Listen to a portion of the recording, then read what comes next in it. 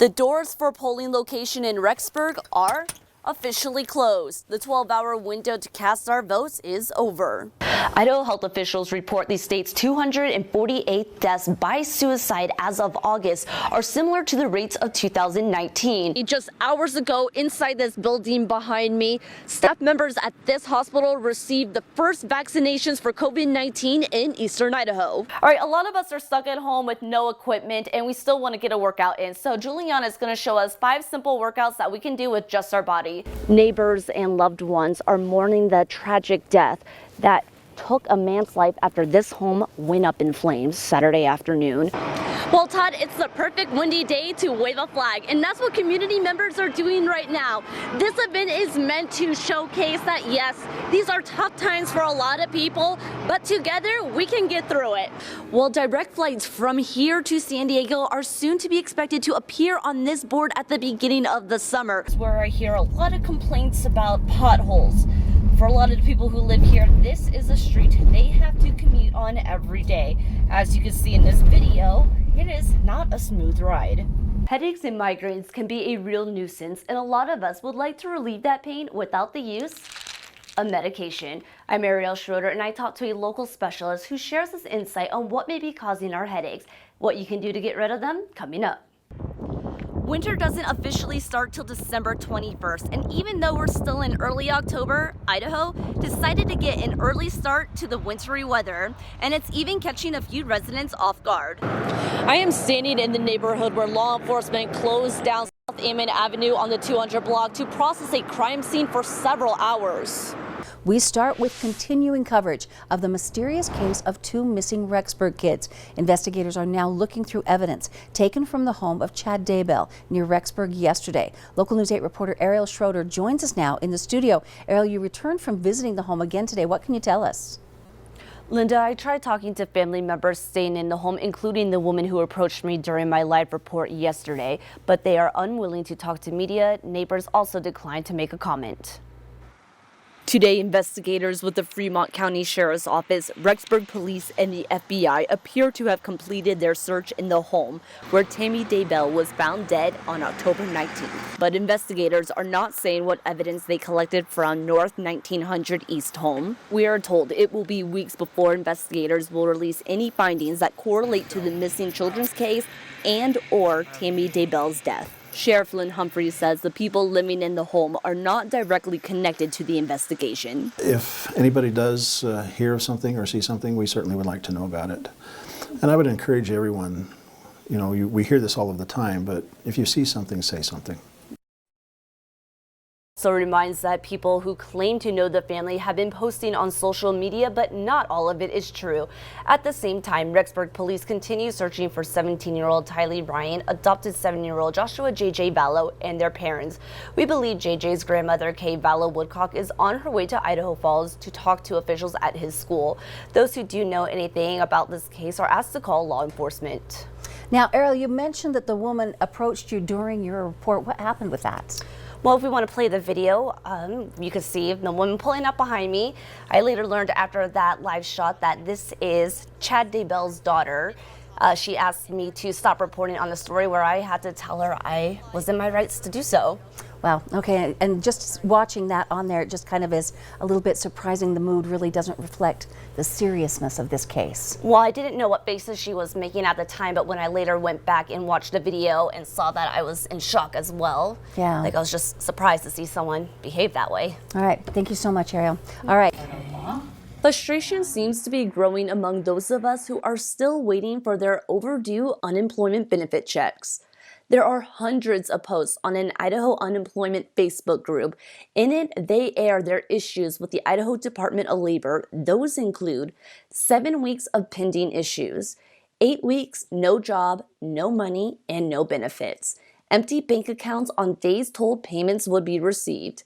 And for those returning to work, they say they are still waiting on their unemployment insurance claim. Governor Brad Little tried to address the concern on his weekly online town hall meeting. They'll receive their benefits for the time they were out of work. Those checks will hitting right now. People are getting pretty big checks because of the amount of time it took us to handle this great big massive program. They had, in a matter of 2 weeks, equivalent to a year's worth of claims. But the biggest complaint is not being able to reach someone to give them answers. Well, it's no wonder people are fed up with the Idaho Department of Labor. I went onto their website and called every number they had listed, and all I received was a busy tone. I eventually found a 1-800 number that is a portal for people to call in and file a claim. I went ahead and called that number. I have been on hold to determine if you are eligible for unemployment insurance for half an hour. Like most people, I just don't have all day, and people are getting tired of it. The one that's probably the most problematic is the pandemic unemployment assistance, which is the people that weren't in our system. So we basically had to create a whole new set of rules, a whole new system for them, and we struggled to get that up because we didn't have rules. The governor says the pandemic unemployment assistance checks have been going out since Friday. Reporting in Idaho Falls, I'm Ariel Schroeder. Working on the roadway is a dangerous job. What's your favorite part about your job? Helping people, actually. Every day, people who work on the roadways are helping others stay safe. Now they're asking us to do the same by following the Move Over law. Just remember that we're people too. Unfortunately, this is our job, and it's a dangerous situation that we put ourselves in, but they can help by at least slowing over, and if they can, move over. Hendrickson has a loving family. There was a time he wasn't sure he'd make it home to see them. I've actually been hit before. Back in 2013, I was picking up a truck on the side of the road, and a girl was texting and driving and smacked the back of a cop car going about 50. Luckily, I was out of the way before she hit the cop car, and it actually shoved the cop car underneath the back of my truck. Hendrickson is not the only one who had a close call. So there's been multiple incidents with ITD, tow truck, and ISP troopers as well have been struck or nearly struck by drivers who are failing to move over. About 5 months ago, I told you about the Move Over law, and I said, I noticed numerous occasions where people are not properly following the Move Over law. This time around, people seem to be doing a lot better moving over for Corporal Ward.